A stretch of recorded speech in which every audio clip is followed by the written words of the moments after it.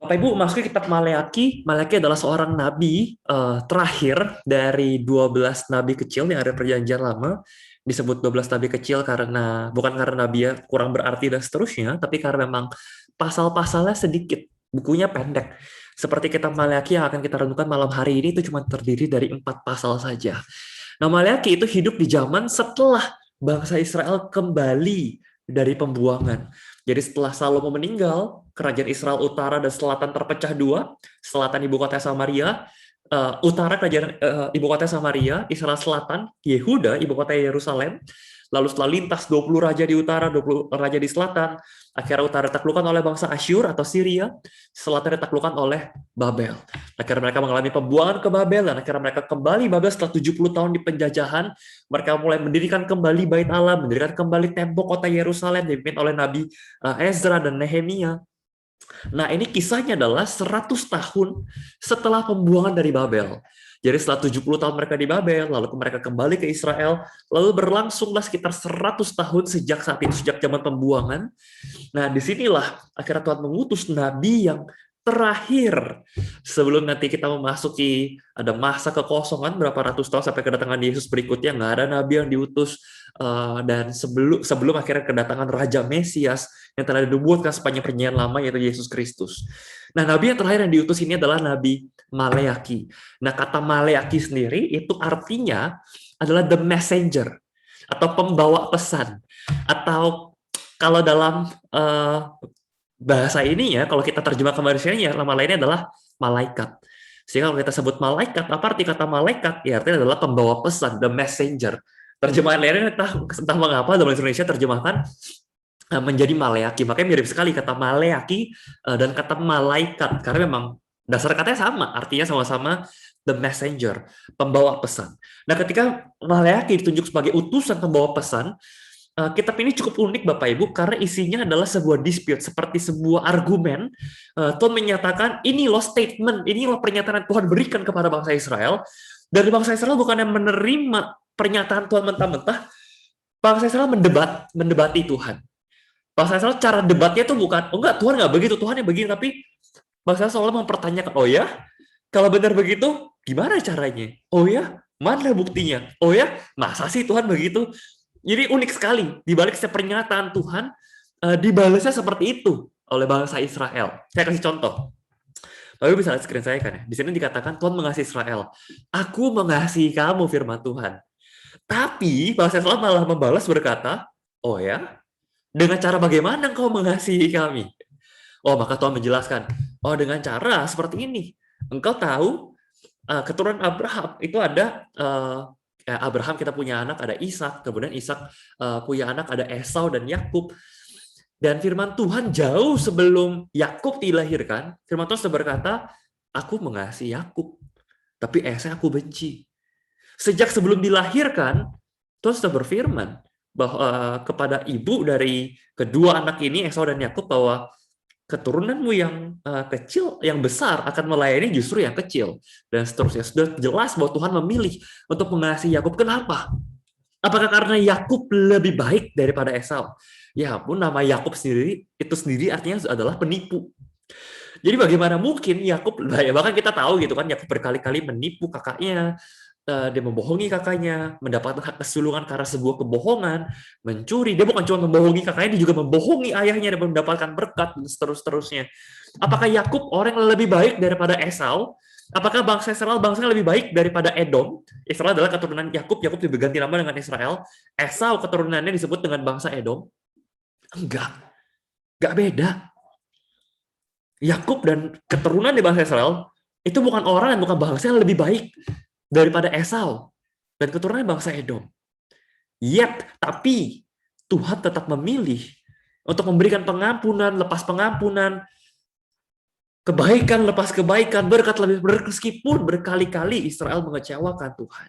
Meskipun berkali-kali mereka nggak tahu, meskipun sebenarnya mereka nggak ada bedanya sama bangsa-bangsa lain. Jahatnya juga sama ya jahatnya. Tapi Tuhan masih menunjukkan kasih setianya kepada Yakub. Dengan cara itulah Tuhan menunjukkan bahwa ya, aku mengasihi kamu dengan unconditional love. Dengan kasih yang tidak bersyarat. Bukan karena apa yang baik daripada kamu. Aku mengasihi kamu bukan karena apa yang kamu perbuat. Aku mengasihi kamu karena because who I am. Karena siapa saya? Karena aku adalah Tuhan yang maha kasih. Dan Allah berfirman kepada Musa, aku menunjukkan kasih setiaku kepada aku menunjukkan kasih setia.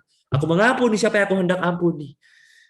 Dan memilih Yakub dan bangsa Israel untuk diselamatkan semata-mata karena Tuhan yang baik, karena Tuhan yang penuh dengan rahmat dan kasih karunia dan maha kasih dia berikan kepada bangsa Israel. Kasih yang sebenarnya gak layak diterima oleh bangsa Israel.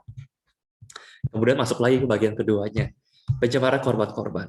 Tuhan berfirman, hey, kalau seorang anak saja menghormati ayahnya, dan seorang hamba menghormati tuannya, loh, aku ini Allahmu loh. Aku ini bapakmu, bapak surgawi, dan aku ini sekaligus rajamu. Tapi kok kamu nggak nunjukin nggak ada hormat-hormatnya sama aku ya? Bahkan kau menghina namaku, kata firman Tuhan. Lalu bangsa Israel menjawab lagi, kan didebatin lagi. Oh ya? Dengan cara apa kami mencemarkan namamu? Atau menunjukkan, tahu gak sih, sadar gak sih?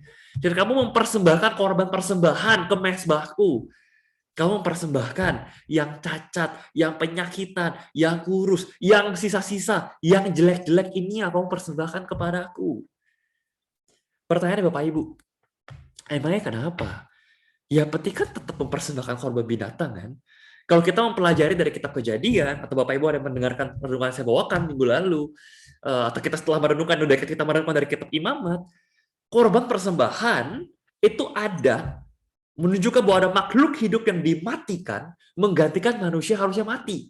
Karena upah dosa adalah maut. Kita jatuh dalam dosa, kita harus bayar dengan kematian. Tapi karena Tuhan gak tega mematikan Adam dan Hawa di Taman Eden, diambil binatang dikurbankan, diambil kulit binatangnya untuk makaikan manusia. Sejak itu, manusia harus mempersembahkan kurban, persembahan, dimatikan, menggantikan manusia. Berarti esensinya, yang penting kan ada makhluk hidup yang dimatikan. Tapi kok ini kan saya sudah persembahkan. Yang penting kan sudah ada kambing, sudah ada domba yang saya persembahkan. Ya sudah mati, gantikan saya, ini makhluk hidup mati gantiin saya. Kenapa Tuhan bilang itu menghina Tuhan? Kapan Tuhan bilang bahwa oh kalau misalnya saya mempersembahkan buat Tuhan, saya mempersembahkan yang paling bagus, yang paling baik. Lah, katanya Tuhan maha kaya. Katanya Tuhan yang empunya segala sesuatu. Ya Tuhan mau yang kambing domba yang kaya, yang gemuk-gemuk ya Tuhan ambil aja, banyak di dunia. Kenapa harus saya ngasih, harusnya bagus-bagus? Kalau esensinya yang penting ada yang mati buat gantiin saya, kan selesai. Yang penting kan esensinya. Enggak. Firman Tuhan berkata, hey, ingat, di mana hartamu berada, di situ hatimu berada. Ketika kita memberikan persembahan ke Tuhan, baik zaman dulu kasih persembahannya dalam bentuk korban binatang, maupun sekarang kita kasih persembahan dalam bentuk uang, Tuhan nggak butuh persembahan kita. Yang Tuhan inginkan adalah hati kita. Cuma salah satu cara untuk Tuhan menguji apakah hati kita sungguh-sungguh ingin memberikan yang terbaik buat Tuhan, apakah Tuhan menjadi nomor satu terutama terpenting yang paling kita kasih dalam hati kita. Gimana cara mengujinya? Dengan cara melihat bagaimana cara kita memberikan persembahan kepada Tuhan. Karena kalau kita sungguh-sungguh mencintai Tuhan, kalau kita sungguh-sungguh mengasihi Tuhan, kalau Tuhan menjadi nomor satu terpenting dalam hidup kita, gak mungkin kita kasih setengah-setengah buat Tuhan. Kita pasti pengen kasih yang terbaik buat Tuhan. Bahkan ada quote seperti ini Bapak Ibu. Kita bisa memberi tanpa mencintai, tapi kita nggak bisa mencintai tanpa memberi.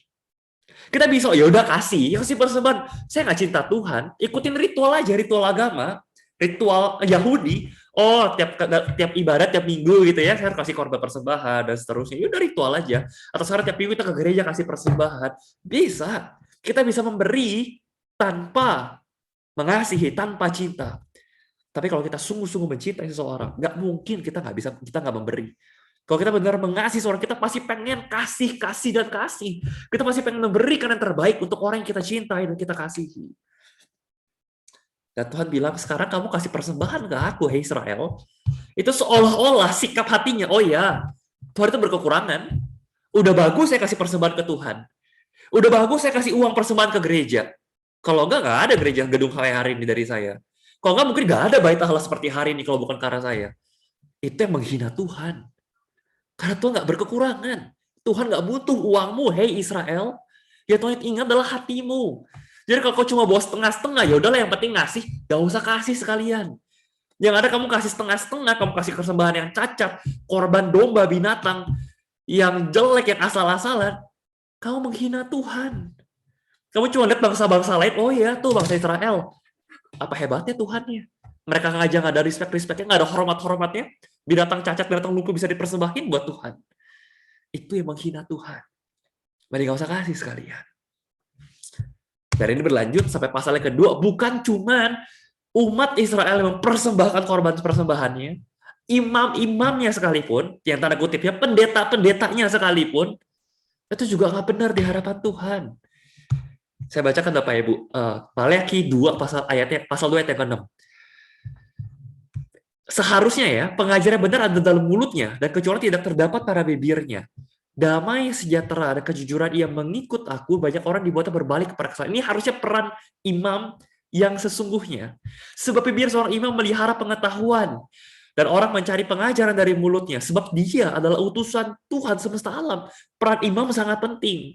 Tetapi apa yang terjadi dengan imam-imam yang ada di Bait Allah di zaman Maleakhi, pendeta-pendeta saat itu? Tetapi kamu menyimpang dari jalan. Kamu membuat banyak orang tergelincir dengan pengajaranmu. Kamu merusakkan perjanjian dengan Lewi, firman Tuhan semesta alam. Maka aku pun akan membuat kamu hina dan rendah bagi seluruh umat ini. Oleh karena kamu tidak mengikuti jalan yang kutunjukkan, tapi memandang bulu dalam pengajaranmu. Buat yang persembahan bagus-bagus, ya oke, saya kasih pengajaran yang manis-manis, enak didengar telinga. Kita udah dengar ini dari kitab-kitab sebelumnya. Tapi kalau enggak, ya siap-siapa yang dikeluarkan adalah kutub, yang bikin ketakutan, dan seterusnya. Imam sekalipun itu udah korup di Bait Allah. Apa yang terjadi bagian ketiga? Tuhan marah Israel karena kawin campur dan perceraian. Bapak Ibu kalau masih ingat, ketika Ezra dan Nehemia balik gitu ya dari pembuangan. Jadi gini, saya ceritain dulu latar belakang Bapak Ibu. Ketika bangsa Israel dibuang ke pembuangan menuju ke Babel, dan Israel Utara dibuang menuju ke Asyur, maka kebiasaan zaman dulu ya, jadi kalau di zaman perang Bapak Ibu, setiap ada satu kerajaan yang berhasil menaklukkan kota dari kerajaan lain, dari bangsa lain, kota itu nggak dibiarin kosong. Mereka mengadakan migrasi, jadi umatnya mereka, rakyatnya mereka dari kerajaan mereka, akan dikasih insentif, oke kamu pindah ke kota-kota kosong ini baru kita taklukkan, kamu jadi penghuni di kota itu. Sehingga kota itu menjadi kota milik kita, milik kerajaan kita. Nah, Yahudi juga orang-orang kita. Dikasih insentif, dikasih rumah, dikasih apa, segala macam kemudahan. Yuk, pindah yuk ke kota yang baru ini.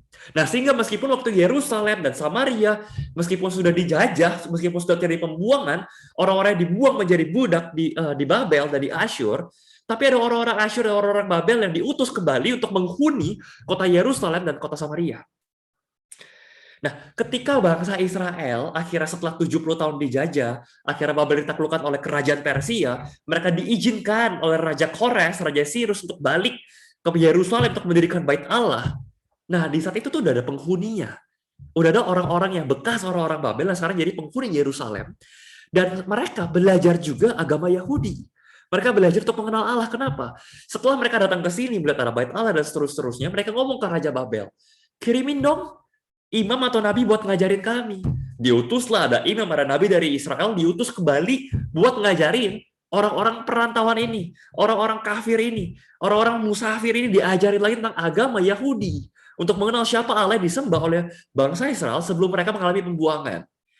Nah, ketika bangsa Israel udah kembali ke Yerusalem, mereka mau bangun Bait Allah, datang nih orang-orang ini. Orang-orang yang tadinya bukan penduduk asli Yerusalem, tapi sudahlah tinggal 70 tahun di sana, udah belajar agama mereka, mereka menawarkan diri. Saya mau ikut dong membangun Bait Allah kamu. Tapi ditolak. Ih, nggak boleh. Najis. Kamu nggak boleh ikut membangun Bait Allah. Kamu kan bukan orang asli Yerusalem. Kamu ras lain. Kamu nggak boleh ikut bangun Bait Allah. Ini suci, ini kudus, ini kamu nggak berhak. Bahwa mereka udah menyembah Allah yang sama. Dan Tuhan udah berfirman bahwa nanti ketika kamu kembali, kamu bangun Bait Allah. Bait Allah itu harusnya buat bangsa-bangsa. Bukan cuma eksklusif buat bangsa Israel doang. Tapi ini ada orang-orang yang mau ikut bangun Bait Allah, ikut pelayanan, mereka nggak kasih. Sebaliknya, firman Tuhan dengan jelas berfirman, jangan kamu nikahi orang-orang bangsa lain. Kenapa? Karena mereka menyembah berhala lain. Kalau kamu nikahi mereka, kemungkinan besar kamu akan ikut menyembah Allah-Allah mereka. Kamu akan ikut menyembah berhala-berhala mereka. Dan kurang ajar Israel, giliran ditawarin ikut bangun Bait Allah, mereka nggak kasih. Nggak boleh. Ih, najis kamu. Nggak boleh ikut-ikut bangun Bait Allah. Saya ini kudus ini. Tapi giliran anak-anak perempuan mereka, dinikahin sama bangsa Israel. Kalau udah jelasnya firman Tuhan bilang, udah diperingatin berkali-kali dari sebelum balik dari Babel sampai udah balik diperingatin, jangan kamu nikahi bangsa lain. Karena mereka kan membawa kamu menyembah Allah. Itu benar. Israel nikahin dan mereka ikut menyembah Allah-Allah lain. Dan kurang ajarnya, sekarang giliran diperingatin lagi bahwa kamu sudah bersalah kepada Tuhan, Tuhan udah peringatin kamu jangan nikahin perempuan bangsa lain, dan akhirnya kamu nikahin. Tuhan marah gitu kan. Dan mereka udah ngapain? Oh ya udah, kalau gitu saya cerain aja. Kan emang dari awal Tuhan nggak menghendaki saya menikahi mereka kan? Ya udah gampang. Kesempatan bagus karena saya udah pengen cerai mereka, saya cerain sekarang mereka. Ini yang bikin Tuhan semakin marah. Di sini yang membuat akhirnya Tuhan nanti mengutip Tuhan membenci perceraian. Konteksnya ini. Itu nggak kali ngomong ya keluarga yang baik-baik gitu ya, keluarga yang dua-duanya sama-sama keluarga Kristen, dua-duanya sama-sama keluarga menyembah Allah, enggak. Ini dulu yang ngomongin konteksnya. Bangsa Israel ngambil kesempatan dulu karena nafsu mereka nikahin perempuan dari bangsa lain, sekarang dengan alasan agama, mereka mau cerai mereka semua, mau lepas tanggung jawab begitu aja. Wah, marah Tuhan. Jadi akan kita bahas nanti lebih lanjut Bapak Ibu, salah satu topik yang akan kita cukup perdalam malam hari ini tentang perceraian. Tapi saya lanjut dulu, biar selesai dulu overview-nya. Nah lanjut, akhirnya setelah perdebatan antara bangsa Israel dengan Tuhan tadi ya, udah dikasih dispute-nya. Nah mereka mulai ngomong lagi, Tuhan, kamu meninggalkan kami. Kamu biarkan kami hidup dalam kebobrokan. Akhirnya Israel bukan jadi negara yang maju, mereka nggak semaju seperti zaman Daud, karena mereka berharap ketika Bait Allah mereka udah kembali berdiri, akan kembali kejayaan seperti bangsa Daud dan seterusnya. Tapi enggak kok. Mereka tetap hidup dalam kesulitan, kesusahan, dan seterusnya. Tapi Tuhan berfirman, tenang, waktunya belum tiba. Akan mengutus seorang messenger, atau lagi kata malaikat, kata maleaki. Tapi messenger ini bukan cuma sebagai pembawa pesan, tapi sebagai perantara yang akan membukakan jalan bagi kamu. Dia lagi menubuat tentang kedatangan Yesus. Dia akan datang, dia akan menegakkan keadilan. Nah, sebelum masuk ke situ, tiba-tiba masuk lagi ke bagian berikutnya, berfirman lagi. Tuhan langsung bahas tentang perpuluhan kali ini. Ayo bangsa Israel, kamu balik makanya. Kenapa kamu mengalami kebobrokan demi kebobrokan, penderitaan demi penderitaan, keparahan demi keparahan? Karena kamu nggak balik sama Tuhan. Kamu nggak pelihara dengan baik. Nah, akhirnya mereka tanya, gimana cara kami kembali? Gimana cara kamu menipu Allah? Saya bilang, kamu telah menipu Allah. Dengan cara apa? Kamu menipu Allah dengan tidak memberikan perpuluhan yang menjadi bagian dari Allah. Mengenai persembahan, dengan cara bagaimana kami menipu engkau? Tanya perdebatan yang diberikan bangsa Israel kepada Tuhan. Dan Tuhan menjawab, mengenai persembahan persepuluhan dan persembahan khusus. Itulah cara kau menipu aku. Kamu telah kena kutuk, tapi kamu masih menipu aku, ya kamu seluruh bangsa. Dan kembali dipertegas oleh Tuhan, bawalah seluruh persembahan itu ke dalam rumah perbendaharaan. Dan seterusnya nanti juga kita bahas lebih dalam lagi topik persepuluhan. Yang akan kita bahas dalam hari ini ada dua, tentang perceraian dan persepuluhan. Bisa selesaikan lagi lanjutannya. Dari bagian terakhir di sini, perdebatan dari bangsa Israel adalah, Tuhan sekarang gini deh, oke lah, Tuhan bilang, kami bobrok nih sekarang nih gini ya, semua mengalami kesulitan, kami menerima ketidakadilan, kami menerima penganiayaan. Tuhan bilang itu gara-gara salah kami. Gara-gara kami meninggalkan Tuhan, gara-gara kami menipu Tuhan. Dan gara-gara kesalahan kami udah diekspos sama Tuhan tuh, persembahan yang nggak bener lah, pakai alasan buat bercerai lah, padahal Tuhan hawa nafsu pribadi lah, dan seterusnya. Tapi Tuhan, yang jahat tuh bukan kami loh. Bangsa lain juga jahat. Tapi kenapa bangsa lain jahat, tapi hidup mereka diberkati? Kenapa bangsa lain berbuat baik? Saya baca nih Bapak-Bapak. Oleh sebab itu ini kami menyebut berbahagia orang-orang yang gegabah. Bukan saja mujur orang-orang yang berbuat fasik itu. Tetapi dengan mencobai Allah pun, mereka luput juga. Lah Tuhan, kita, oke lah kita berbuat jahat. Oke lah Tuhan udah kasih tahu semua dalih-dalih. Kenapa Tuhan membiarkan kami mengalami penderitaan ini, mengalami ketidakadilan ini. Karena salah kami. Oke, ini salah kami. Oke, kami jahat. Loh, bangsa-bangsa lain juga jahat loh Tuhan. Mereka juga menghina Tuhan loh. Kami masih bawa persembahan. Mereka bahkan nggak bawa persembahan loh. Tapi kok mereka diberkati ya? Kok mereka mujur ya? Kok mereka sukses ya? Dan itu pertanyaan kita sampai hari ini Bapak Ibu. Kenapa ada orang-orang yang jahat, orang-orang korup loh? Kok hidup mereka sukses? Kok mereka kaya raya? Kok ada orang hidupnya udah benar, setia, ikut Tuhan? Kok hidupnya biasa-biasa aja? Dan Tuhan menjawab, di pasal yang keempat dan berfirman bahwa, hey, jangan salah. Nih, saya bacakan aja Bapak Ibu ya, di hari Tuhan. Sesungguhnya hari itu akan datang, menyala seperti perapian. Maka semua orang gegabah yang tadi kau puji-puji itu, yang kelihatannya hidupnya enak, padahal hidupnya jahat, tapi sukses, tapi kaya raya, semua orang gegabah. Setiap orang berbuat fasik, menjadi seperti jerami, dan akan terbakar oleh hari yang akan datang itu. Firman Tuhan, semesta Allah. Sampai tidak ditinggalkan akar dan cabang mereka. Tetapi kamu yang takut akan namaku, kamu yang mau bertobat, kayak mau setia ikut aku, nggak ikut-ikut jalan mereka, bagimu akan terbit surya kebenaran dengan kesembuhan pada sayapnya. Kamu akan keluar dan berjingkrak-jingkrak seperti anak lembu lepas kandang. Kamu akan menginjak-injak orang yang fasik, supaya akan menjadi abu di bawah telapak kakimu pada hari kusiapkan itu, firman Tuhan semesta alam. Ingatlah. Nah, gimana cara? Oke, Tuhan kasih kamu pengharapan. Maka sekarang apa yang harus kamu lakukan? Jangan malah ikut berbalik fasik seperti mereka. Tuhan nggak akan berkatin kamu. Kamu yang sekarang udah setengah benar ya Tuhan nggak berkati, balik kalau mau fasik sekalian, makin hancur kamu. Apa yang kamu lakukan? Ingatlah kepada Taurat yang telah kuperintahkan kepadamu. Ingatlah firman Tuhan yang diberikan kepada Musa hambamu di Gunung Horeb untuk disampaikan kepada seluruh Israel, yakni ketetapan dan hukum-hukum. Sesungguhnya aku Tuhan akan mengutus Nabi Elia kedua, the next Nabi Elia seharusnya, yaitu menduat tentang Yesus kepadamu, menjelang datangnya hari Tuhan yang besar dan dahsyat itu. Ia akan membuat hati bapak-bapak berbalik kepada anak-anaknya, dan hati anak-anak kepada bapak-bapaknya, supaya jangan aku datang memukul bumi, sehingga musnah. Kita bisa akhirnya bertobat, itu karena datang seorang Mesias Yesus yang menyentuh hati kita, dan membuat kita bisa berbalik mengenal Tuhan, supaya nggak kita semua binasa. Bapak, itu kira-kira gambaran, sebuah gambaran dari kitab Maleaki yang menggambarkan dispute demi dispute, yang menggambarkan satu argumentasi. Israel yang komplain sama Tuhan, Tuhan kasih tahu statement, Israel komplain, Tuhan kasih lagi Israel komplain, dan seterusnya. Tapi pada akhirnya, ya kita nggak bisa nyalain orang lain. Kita nggak bisa lihat apa yang terjadi pada orang-orang fasik di dunia yang cuma hidup puluhan tahun. Tapi pengharapan kita pada kehidupan kekal, yang sifatnya ribuan juta miliar triliunan tahun. Dan mereka yang kelihatannya enak, kelihatannya sukses, padahal hidupnya sederajat di mata Tuhan. Justru ketika kita hidup dalam kekekalan ribuan juta tahun, kita hidup enak di bawah sinar mentari yang penuh pengharapan. Mereka yang akan mengalami hukuman kekal dalam bara api Tuhan yang menyala-nyala. Mereka menanggung murka dari Tuhan Allah. Jadi jangan mentang-mentang kita lihat, oh ya, di dunia banyak ngajarin kunci sukses, langkah cepat, ekstrim, singkat, pintas, instan, bahwa sukses terus, tapi nggak benar di hadapan Tuhan. No, setia, ikut Tuhan, ikuti apa yang firman Tuhan ajarkan kepada kita, itu kita pegang. Soal berkat itu urusan Tuhan. Dan salah dua yang bakal saya ajak kita sama-sama renungkan Bapak Ibu malam hari ini adalah bagaimana seharusnya kita bersikap dengan benar di hadapan Tuhan, mengikuti firman Tuhan.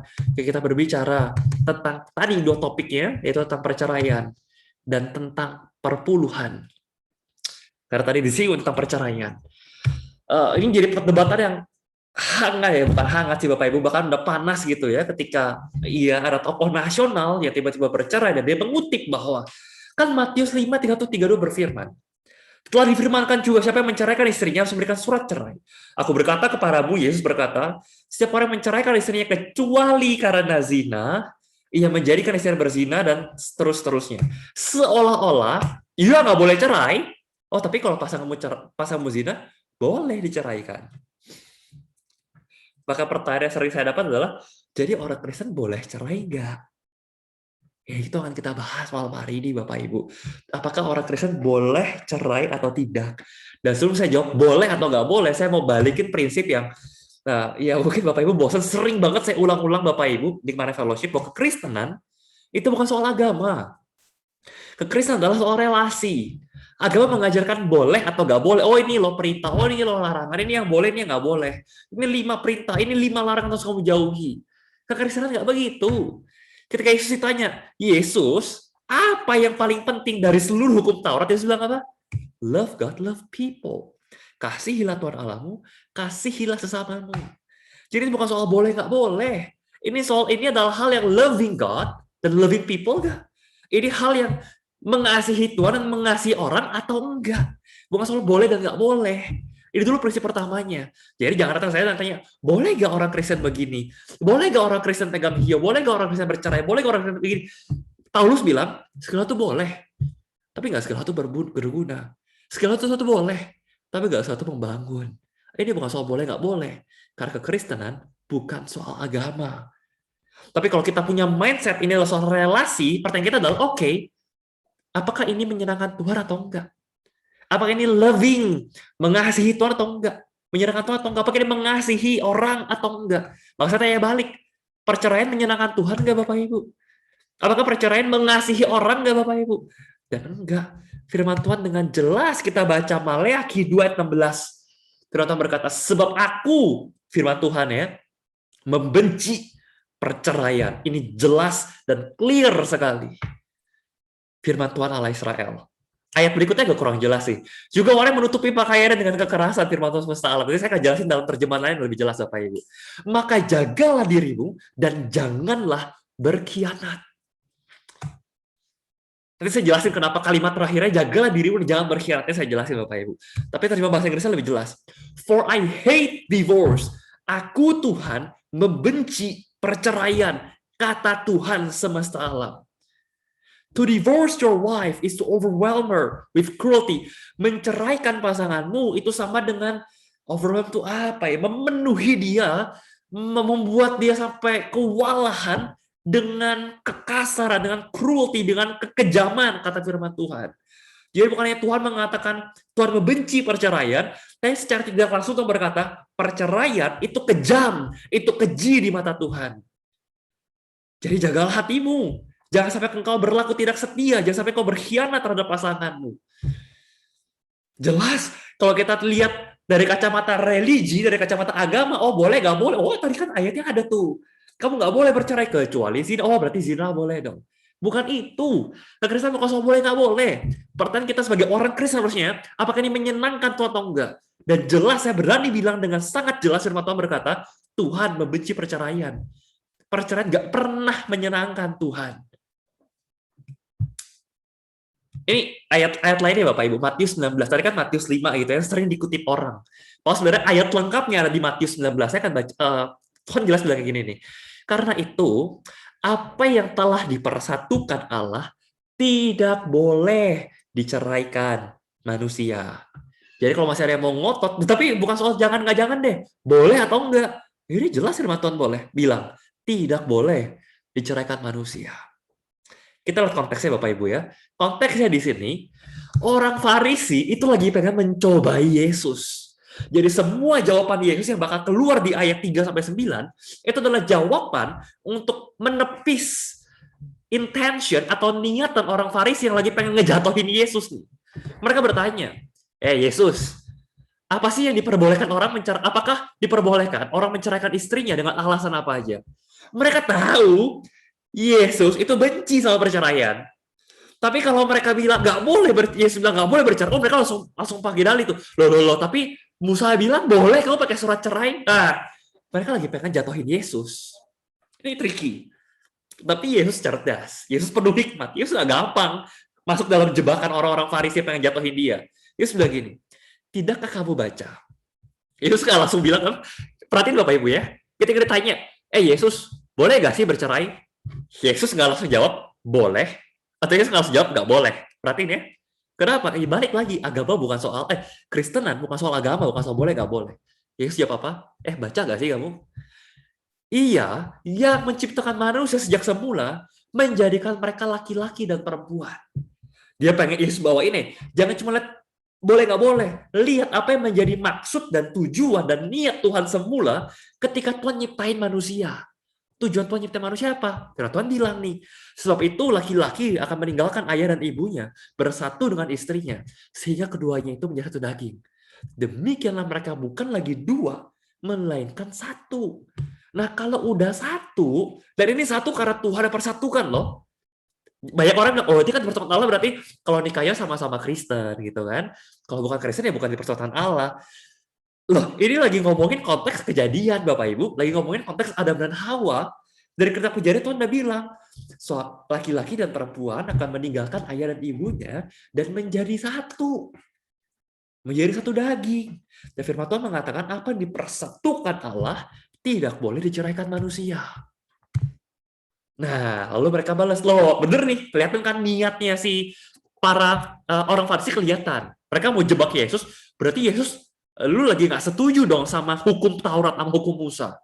Karena Musa bilang, kamu bisa keluarin surat cerai kalau kamu mau menceraikan pasanganmu. Wah, Tuhan marah. Ini mulai keras sebenarnya, tapi jadi halus banget kalau di bahasa Indonesia. Karena ketegaran hatimu. Ini pas sebenarnya Yesus lagi marah. Kalau saya jadi saya bisa bayangin di pertama marahnya dia.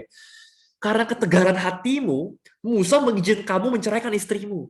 Tetapi sejak semula tidaklah demikian. Aku berkata kepadamu, barang siapa menceraikan istrinya kecuali zina, ia berbuat zina. Atau ini kalau ditutup kalimat ini, barang siapa menceraikan istrinya, ia berbuat zina. Yesus lagi refer kepada apa sih? Kepada ayat yang dikutip oleh orang-orang Farisi. Konteks tentang, oh Musa ngizinin cerai kok, yang penting ada surat cerai, ya kan? Itu diambil dari kitab Ulangan pasal 24. Apabila seorang mengambil perempuan menjadi suaminya, ia tidak menyukai lagi perempuan itu, dapati tidak senonoh, ia dapat menulis surat cerai. Nah, yang kurang ajarnya sama orang-orang Farisi dan orang-orang Israel yang bejat-bejat itu, kalimat yang saya warnain ini ditutup, gak dibaca. Cuma dibacanya, jika ia tidak menyukai lagi perempuan itu, ia menulis surat cerai. Kurang ajar kan? Oh, jadi boleh dong kita cerain. Yang penting kan saya nulis surat cerai. Yang penting kan jelas hitam di atas putihnya. Yang penting saya nggak suka. Hei, tunggu dulu. Ini ada ayat yang jangan dipotong. Tidak menyukai lagi perempuan itu sebab ada alasannya. Harus ada basisnya. Bukan karena kamu udah bosen. Bukan karena kamu udah nggak suka lagi. Tapi karena kamu mendapati dia tidak senonoh. Karena kamu mendapati dia berselingkuh. Karena kamu mendapati dia berzina. Itu kenapa Yesus ngutip tadi. Dikatakan, barang siapa menceraikan kecuali karena zina, Yesus lagi ngutip yang ada di Ulangan pasal 24. Pertanyaannya begini, kalau memang Tuhan membenci perceraian, ya udah, gak ada yang boleh cerai, kan beres. Kenapa di Ulangan Tuhan harus kasih satu dalih? Tuhan membenci perceraian, tapi kalau pasanganmu tidak senonoh, kalau pasangan berzina, masih boleh nih kamu nulis surat cerai. Kenapa? Kenapa tiba-tiba muncul satu dalih itu yang akhirnya diperdebatkan sampai puluhan bahkan ribuan tahun sampai hari ini? Jawabannya adalah karena Tuhan itu maha adil. Kalau sekarang Bapak Ibu, Tuhan melarang perceraian, pokoknya semua orang Kristen nggak boleh bercerai. Kamu dijadikan kamu sampai mati nggak boleh cerai. Ya udah, pasangannya suka-suka aja berzina, nggak mungkin dicerain kok sama pasangannya. Selingkuh aja sana, nggak akan dicerain kok sama pasangannya. Tapi Tuhan maha adil. Kalau sampai kamu kedapatan berzina, sampai kamu kedapatan berselingkuh, tahu gak sih kamu? Secara hukum Alkitab, pasanganmu berhak untuk menceraikan engkau. Jadi jangan main-main sama pernikahan. Jangan asal-asalan kamu selingkuh. Jangan sembarangan kamu berzina. Kalau kamu berzina, kamu harus siap kalau pasanganmu memilih untuk menceraikan engkau, dia berhak. Balik lagi, hanya karena dia berhak. Apakah itu artinya menyenangkan Tuhan? Enggak. Tuhan tetap menghendakinya jangan bercerai. Tuhan tetap menghendakinya sebagaimana Tuhan mengampuni kamu ketika kamu berkali-kali mengkhianati Tuhan. Tuhan menghendaki kamu mengampuni dan menerima kembali pasanganmu. Tapi kalau ditanya boleh gak berhak gak? Berhak. Tapi kalau Tuhan suruh, oh kehendak Tuhan adalah kalau pasanganmu berzina, Tuhan menghendaki kamu menceraikan dia. Enggak. Tuhan menghendaki kamu untuk mengampuni pasanganmu. Malah kamu refleksi, kalau sampai dia bisa berselingkuh dari kamu, salah kamu apa? Sampai dia tidak lagi setia sama kamu. Dan Tuhan menghendaki kamu untuk pemulihan. Tuhan menghendaki kamu untuk mengampuni. Tuhan menghendaki kamu untuk kembali, dia satukan kembali, mengalami pemulihan dalam Tuhan. Tapi Tuhan juga adil.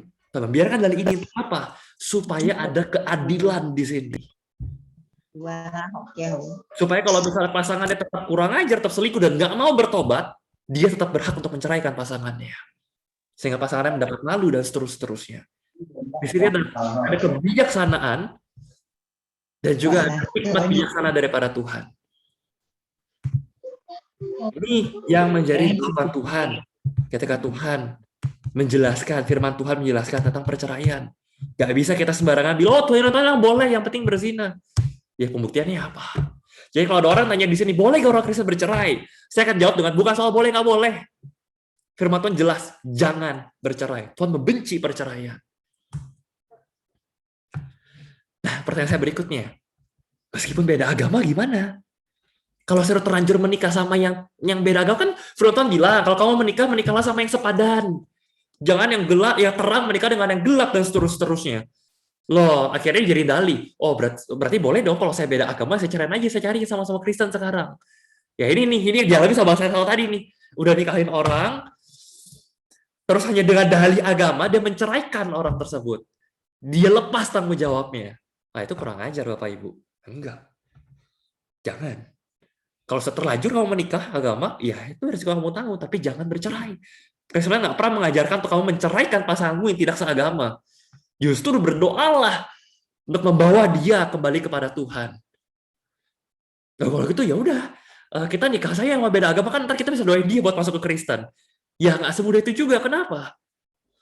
Karena ada banyak sekali damai, sejahtera, dan sukacita yang bisa kita lewat yang nggak bisa kita dapatkan kalau kita memilih untuk menikahi orang yang salah. Meskipun setelah itu kita benar, kita nggak ceraikan dia, kita bisa bawa dia kembali untuk mengenal Tuhan. Kita bisa doakan dia. Dan banyak saya melihat pernikahan yang tadinya bukan sesama Kristen, tapi akhirnya pasangannya mengikuti dia Kristen, which is bagus. Tapi bukankah demi kebaikan orang itu sendiri, kalau dari awal dia sudah menikahi orang-orang yang sudah seagama dengan dia, sudah sama-sama percaya Tuhan, kenapa? Itu akan membawa dia terluput dari berbagai-bagai duka, dari berbagai masalah ke depannya. Tapi kalau seterlanjur, jangan diceraikan. Kasihilah pasanganmu. Cintai dia. Dan kasih yang terbaik yang bisa engkau berikan kepada pasanganmu. Yang beda agama itu adalah dengan cara mengenalkan dia kepada kasih Kristus yang tidak berkesudahan. Gak ada kasih yang lebih besar daripada kasih itu. Dan yang kedua, bagaimana dengan KDRT? Bagaimana dengan orang yang mengalami kekerasan dalam rumah tangga? Ini juga butuh hikmat bijaksana Bapak Ibu. Oh, apakah kalau misalnya, karena firman Tuhan bilang jangan bercerai. Wah, dia udah mengalami kekerasan dalam rumah tangga, disakiti, dipukul secara fisik. Masa tetap nggak boleh diceraikan? Di mana keadilan? Gak bener dong kekristenan, membiarkan orang ditindas, disakiti secara fisik. Wah, ini Bapak Ibu, ketika saya belajar di pastoral counseling, banyak sekali kasus-kasus yang sangat-sangat sulit dan butuh hikmat bijaksana. Tapi kira-kira begini Bapak Ibu, saya kasih praktisnya langsung Bapak Ibu ya, untuk kasus seperti ini, tapi nanti kita bisa diskusi lebih lanjut, kalau ada contoh kasusnya. Betul, firman Tuhan tetap bilang jangan bercerai. Tapi hikmat bijaksana kita sebagai orang-orang yang melayani dalam, sebagai orang-orang Kristen, kita bisa bilang, berpisahlah. Kalau udah tahu ngalami kekerasan dalam rumah tangga, berpisahlah. Anda bisa kok berpisah tanpa harus bercerai. Berpisahlah. Jangan tetap tinggal satu kamar, tetap tinggal satu rumah. Berpisah. Sayangi dirimu. Jangan hanya dengan dalih karena saya terlanjur menikah sama dia. Firman Tuhan bilang nggak boleh bercerai, maka saya terus membiarkan diri saya ditindas, disakiti, dipukul, dihajar. No, tubuhmu adalah bait Allah. Kalau orang itu menghajar engkau, memukul engkau, dia sedang menyakiti bait Allah. Nggak boleh, itu bait Allah harus dijaga, harus dilindungi, harus diselamatkan. Tolong dia, keluarkan dia dari pernikahan yang penuh dengan kekerasan tersebut. Berpisah, pisah rumah. Berpisahlah dengan tetap berdoa, dengan tetap pengharapan suatu hari Tuhan memulihkan dan mengubah pasanganmu. Berdoa saya pasanganmu bertobat. Perceraian bukan jalan keluar. Tapi bukan berarti kita membiarkan diri kita dipukul, disiksa demikian rupa. Berpisah, nggak apa-apa, pisah rumah. Sambil doakan dia. Jangan biarkan kamu disiksa, dipukul, ditindas. Saya tutup dengan ini Bapak Ibu supaya nggak kepanjangan gitu ya. Prinsipnya begini. Ini prinsip yang saya pelajari tentang pernikahan ketika saya belajar pastoral counseling, dan saya yakin Bapak Ibu jauhlah asam garam tentang pernikahan. The purpose of marriage, tujuan dari sebuah pernikahan, is not to make you happy, but it is to make you holy. Tujuan dari sebuah pernikahan itu bukan semata-mata untuk membuat engkau berbahagia. Tujuan dari sebuah pernikahan adalah untuk menjadikan engkau menjadi pribadi-pribadi, memiliki karakter yang semakin kudus di hadapan Allah. Kenapa banyak orang akhirnya kecewa dengan pernikahan? Karena mereka berpikir kalau saya sudah menikah, hidup saya akan seperti fairy tale, akan seperti dongeng, ya, saya akan happily ever after, bahagia selama-lamanya. Ya, Bapak Ibu sudah menikah lama, mungkin bisa punya lebih banyak kesaksian gitu ya. Pernikahan itu tidak mudah. Kebahagiaan itu bukan tujuan yang dicapai dengan pernikahan. Pernikahan itu tidak menyelesaikan masalah. Justru banyak mereview masalah-masalah selama ini tertutup sebelum menikah. Tapi tujuan pernikahan adalah untuk menjadikan kita kudus, untuk membentuk karakter kita, untuk menjadikan kita semakin serupa Kristus, untuk menjadikan kita pribadi yang sabar, mau ngerti, mau menerima, menjadikan pribadi-pribadi yang semakin kudus di hadapan Tuhan. Dan kita bisa menjadi pribadi itu. Happiness itu adalah buahnya. Kebahagiaan itu adalah efek sampingnya, bukan tujuannya. Tujuannya adalah untuk menjadikan kita pribadi yang semakin serupa Kristus, pribadi yang kudus. Kebahagiaan adalah efek samping dan buah yang bisa kita nikmati dari manisnya pernikahan yang sudah kita lalui dengan sama-sama bertumbuh dalam karakter tersebut. Malaki 2 ayat 15 saya akan tutup tentang konteks perceraian. Saya harus masuk ke perpuluhan Bapak Ibu sebelum kita semakin malam. Bukankah Allah Esa menjadikan mereka daging dan roh? Apakah yang dikehendaki kesatuan itu? Apa yang dikehendaki Tuhan dari sebuah pernikahan? Keturunan ilahi. Keluarga yang kudus, keluarga yang ilahi, keluarga yang datang menyembah, memuji dan mengagungkan Tuhan. Itu indah sekali di mata Tuhan. Karena itu jadi jagalah dirimu. Janganlah orang tidak setia terhadap istri dari masa mudanya. Kenapa? Kenapa terus kan Tuhan bilang nggak boleh bercerai. Kenapa Tuhan terus mewanti-wanti? Jangan kamu tidak setia, jangan kamu berkhianat. Karena kalau berkhianat, pasanganmu berhak loh menceraikan engkau. Dan kalau itu sampai terjadi, Tuhan tidak disenangkan. Tuhan sakit, Tuhan sedih. Tapi karena Tuhan adil, Tuhan izinkan itu terjadi. Tapi itu tidak menyenangkan Tuhan. Apa yang menyenangkan Tuhan? Keturunan ilahi. Itu kenapa dari awal Tuhan menghendaki engkau mencari pasangan yang seiman. Karena Tuhan menginginkan keturunan ilahi adalah satu keluarga yang sama-sama bersekutu, sama-sama menyembah, sama-sama beribadah, hidup kudus di hadapan Tuhan. Itu yang Tuhan kehendaki dari sebuah keluarga. Halo. Cuma sekedar, penting sekarang kita sudah sama-sama menikah, kita sudah sama-sama ini. Bukan cuma sekedar pertemuan fisik dan seterusnya, bukan sama-sama sekedar memenuhi nafsu dan ambisi dan ideologi, idealisme masing-masing dan impian masing-masing. Ini yang Tuhan kehendaki. Sebuah keturunan ilahi, sebuah keluarga di hadapan Tuhan. Purpose saya akan tutup dengan cukup cepat Bapak Ibu, nanti kita bisa bahas di sesi tanya jawab kalau ada pertanyaan gitu ya. Saya akan tutup seperti ini Bapak Ibu. Sekarang masih banyak perdebatan. Perpuluhan kan diajarkan di perjanjian lama, apakah masih relevan di zaman sekarang dan seterusnya? Apakah perpuluhan itu penting? Apakah firman Tuhan pernah jelas dengan gamblang mengajarkan tentang perpuluhan, atau itu ya inisiatif dari Abraham aja dia pengen kasih perpuluhan, inisiatif dari Nuh aja dia pengen kasih perpuluhan dan seterusnya. Nah, kita lihat dari kitab Bilangan 14 ayat 3 firman Tuhan berkata seperti ini. Terjemah bahasa Inggris lebih jelas daripada bahasa Indonesianya. Tujuan dari perpuluhan adalah untuk mengajarkan engkau untuk memprioritaskan Tuhan sebagai yang terutama di dalam kehidupan. To put God first. Memposisikan Tuhan sebagai yang pertama, yang terpenting dalam kehidupan. Nah, tadi sudah jelasin sebelumnya, Tuhan itu gak butuh persembahan kita. Tuhan gak butuh uang kita. 2 Korintus 7-8 firman Tuhan berkata, hendaklah masing-masing memberikan menurut kerelaan hatinya. Jangan dengan sedih hati, jangan karena paksaan. Sebab Allah mengasihi orang yang memberi dengan sukacita. Ingat Bapak Ibu, Tuhan gak butuh uangmu. Jadi kalau hari Bapak Ibu masih kasih persembahan, kasih persembahan karena terpaksa, karena ritual, sorry Bapak Ibu, sorry juga sama gereja biasa dari Bapak Ibu, gak usah kasih. Sia-sia Bapak Ibu. Tuhan nggak mandang, Tuhan nggak butuh uangmu. Ya Tuhan yang lihat adalah hatimu. Kalau kamu nggak rela, nggak usah kasih. Percuma, nggak ada berkatnya. Tuhan bilang kalau kamu mau kasih, kasih dengan kerelaan hati. Kasih dengan sukacita. Jangan dengan sedih hati, jangan dengan paksaan. Sebab Allah mengasihi orang yang memberi dengan sukacita. Dan Tuhan menjanjikan, kalau kamu kasih dengan sukacita, Tuhan sanggup melimpahkan segala kasih karunia kepada kamu. Supaya kamu senantiasa berkecukupan di dalam segala sesuatu, dan malah berkelebihan di dalam berbagai kebajikan. Ini janji Tuhan. Tuhan nggak butuh uangmu. Jangan kasih kalau kamu nggak kasih dari hati.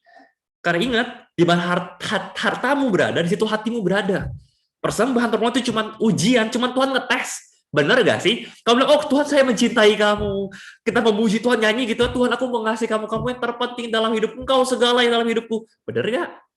Paling gampang ngetes orang, hati di mana, lihat dari mana, lihat dari uangnya kemana. Kalau uangnya paling banyak keluar ke makanan, di hatinya di makanan. Uangnya paling banyak keluar di shopping, hatinya di shopping. Uangnya paling banyak keluar di mana, itu ketahuan hatinya di mana. Tapi kalau hatimu benar-benar untuk Tuhan, kelihatan kok uangmu ngalirnya kemana, untuk pelayanan, untuk pekerjaan Tuhan, untuk persembahan, untuk perbuatan, kelihatan. Kasih tapi dengan sukarela. Kalau nggak usah kasih, nggak ada faedahnya, nggak ada untungnya, nggak ada berkatnya. Jadi Tuhan, saya udah kasih Tuhan loh, rutin loh, bertahun-tahun loh. Kalau saya nggak ada berkat ya mungkin jangan-jangan selama ini kita kasih karena ritual aja, karena paksaan, karena kebiasaan, bukan dengan sukacita, bukan dengan kerelaan hati. Oh Tuhan, kalau bisa saya nggak kasih, saya nggak kasih Tuhan. Tapi kan kewajiban agama. Terus kalau nggak kasih saya karena kutuk loh Tuhan. Enggak, tenang aja. Tuhan mendingan kamu nggak usah kasih kok. Tuhan nggak mau kamu udah kasih terus kamu sosok Tuhan, Tuhan, saya udah kasih persembahan. Berkatin saya dong. Tuhan nggak pengen yang kayak gitu-gitu. Kalau kamu kasih dengan rela, nggak usah ngarepin apa-apa. Tapi Tuhan janji, meskipun kamu nggak ngarepin apa-apa, Tuhan tetap akan sanggup memberkati engkau dengan melimpah. Perhatiin ya, melimpahnya Tuhan, itu bukan teologi kemakmuran. Ya, oh kalau kamu ikut Tuhan, kamu kasih persembahan, oh Tuhan kasih 10 kali lipat. Ya, kamu kasih 1 juta, Tuhan kasih 1 miliar. Gak begitu Bapak Ibu. Definisi kelimpahan Tuhan ada 2. 1, kamu senantiasa dalam kecukupan. Loh, kalau kecukupan lebihnya buat apa? Lebihnya untuk kebajikan, untuk kebaikan. Apa sih kelimpahan itu? Sama kayak gelas diisi dengan air gitu ya. Diisi apa, airnya penuh, setelah airnya penuh saya tuang air itu akan melimpah ruah. Nah, ketika air di gelas melimpah ruah, siapa yang menerima kelimpahannya? Sekitar gelas. Ya tadi gelas dapat air, sekarang gelas itu, air itu tumpah melimpah ke sekeliling ada di sekitar gelas, ikut dapat curahan air. Begitu juga kita. Definisi ketika firman Tuhan, setiap kali Bapak Ibu baca firman Tuhan bicara tentang kelimpahan, itu bukan bicara tentang kelimpahan harta materi kita. Oh, saya kelimpahan. Makan cukup 3 hari sekali, tapi sekarang Tuhan berkati saya makan bisa 10 kali sehari. Saya makan bisa dengan budget 100 kali dari budget makan kebutuhan saya. Saya bisa punya mobil yang saya nggak butuh, punya rumah yang super mewah saya nggak butuh. Bukan itu definisi kelimpahan menurut firman Tuhan. Definisi kelimpahan firman Tuhan adalah kita senantiasa kecukupan, nggak pernah kekurangan dalam segala sesuatu. Kita butuh apapun Tuhan yang cukupin, nggak pernah kekurangan sedikit pun. Malah kelimpahannya kita melimpah ruahnya dalam kebajikan. Kita bisa Tuhan pakai jadi saluran berkat buat semakin banyak orang di sekitar kita. Itu definisi kelimpahan Tuhan.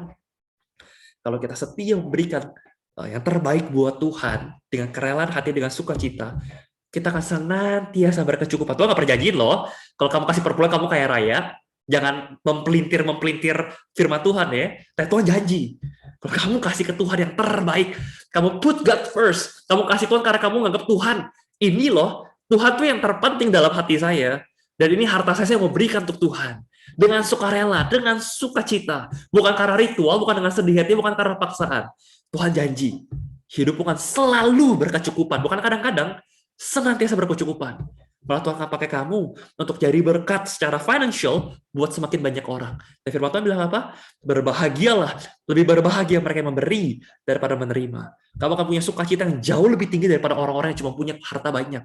Karena sukacitamu terletak dari bagaimana engkau bisa memberi kepada orang lain. Ini prinsip Bapak Ibu. We can never outgive God. Sebanyak-banyaknya kita kasih ke Tuhan, Tuhan selalu bisa kasih lebih kepada kita. Kira-kira Tuhan, saya bisa kasih kamu segini. Tuhan bilang, oke, saya bisa kasih kamu segini. Tuhan, saya bisa kasih kamu segini. Tuhan bilang, oke, saya bisa kasih kamu segini. Sebanyak-banyaknya kita kasih ke Tuhan, kita gak akan pernah bisa kasih lebih banyak daripada Tuhan kasih kepada kita. Soalnya Tuhan lagi bilang, kita main game yuk. Kamu memberi kepada aku, dan aku memberi kepada kamu. Lihat siapa yang menang. Kita nggak pernah bisa menang. Jadi jangan heran, kalau selama ini kita rasa Tuhan cuma kasih saya segini, ya mungkin kita cuma kasih Tuhan segini. Karena kalau kita segini, Tuhan bisa kasih segini, udah lebih dari kita kasih. Tapi kalau kita berani kasih Tuhan segini, Tuhan bisa kasih lebih. Gak usah takut. Saya nggak pernah tuh dengar ada orang sampai miskin, gara-gara kebanyakan menggunakan uangnya untuk memberi, menjadi berkat buat orang lain. Nggak pernah. Ya, malah saya lihat orang yang semakin royal, semakin banyak memberi, semakin banyak memberkati orang lain, makin diberkati hidupnya sama Tuhan. Ekonomi Tuhan, ekonomi surga beda sama ekonomi dunia. Ekonomi dunia, kamu simpen duit sebanyak-banyaknya. Makin banyak kamu kasih orang, makin miskin kamu. Ekonomi surga beda. Dia bilang, kamu nggak pernah bisa kasih lebih daripada Tuhan kasih kepada kamu. Jangan takut memberi, Bapak Ibu. Terakhir, tinggal beberapa ayat lagi, Bapak Ibu. Ini janji Tuhan. Muliakanlah Tuhan dengan hartamu. Dengan hasil pertama dari segala penghasilanmu. Perpuluhan itu apa sih? Bukan soal nominal.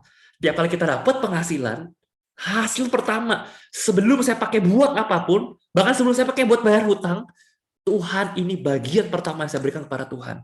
Sebelum buat kebutuhan hidup, sebelum buat cicilan, sebelum buat utang, sebelum buat apapun, saya terima apapun, saya langsung sisihkan. Tuhan, ini uang pertama saya dapat, saya kasih Tuhan. Kenapa? Tuhan kau nomor satu dalam hidupku. Dan firman Tuhan berkata, maka lubung-lubung akan diisi penuh sampai melimpah-limpah. Tadi udah inget ya definisi melimpah apa? Jangan mensalah tafsirkan lagi definisi kelimpahannya Tuhan. Di mana tempat saya memberikan persembahan perpuluhan? Maliaki 3:10. Bawalah persembahan persepuluhan itu ke dalam rumah perbendaharaan supaya ada persediaan makanan di rumahku. Dan menurut pertanyaan, boleh nggak kita kasih perpuluhan buat sosial, ke yayasan, dan seterusnya? Ya gak salah sih kita mau kasih ke yayasan, tapi kalau persembahan persepuluhan, yang pertama berikanlah ke tempat gereja di mana saudara beribadah. Itu jelas. Saudara mau kasih buat sosial, yayasan, silakan beri dari kelebihan yang lain. Tapi 10% pertama, persembahkanlah untuk Tuhan di mana tempat saudara beribadah. Itu prinsip tempatnya. Dan yang paling terakhir, kapan waktunya? Hari pertama kita menerima. Di sini katakan hari pertama dari minggu pertama. Karena mereka dapat penghasilan itu setiap minggu. Kalau kita dapat penghasilan setiap bulan, ya setiap bulan hari pertama. Kalau perlu detik pertama, menit pertama kita dapat transferan uang tersebut. Pertama 10%, oke ini saya buat Tuhan. Jumlahnya berapa? Tergantung dari berapa banyak yang Tuhan berkati. Proporsional.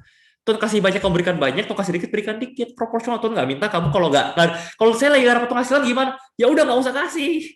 Kasih dari surah banyak, kamu diberkati dari Tuhan. Proporsional. Boleh lebih, apakah 10%? Ya nggak harus. Balik lagi, ini soal masalah hati.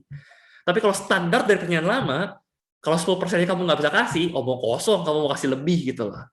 Perjanjian baru udah nggak bahas berapa persennya. Perjanjian baru malah memberikan sebanyak-banyak ya, serela hatimu, segenerous-generousnya, seroyal-royalnya.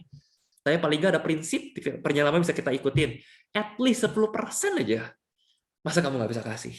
Kalau kamu bilang ini benar-benar Tuhan yang terutama buat hidupmu. Kalau orang zaman dulu aja bisa kasih. Itu demikian Bapak Ibu, perenungan kita. Saya akan tutup dengan doa ya, sebelum kita masuk tanya jawab.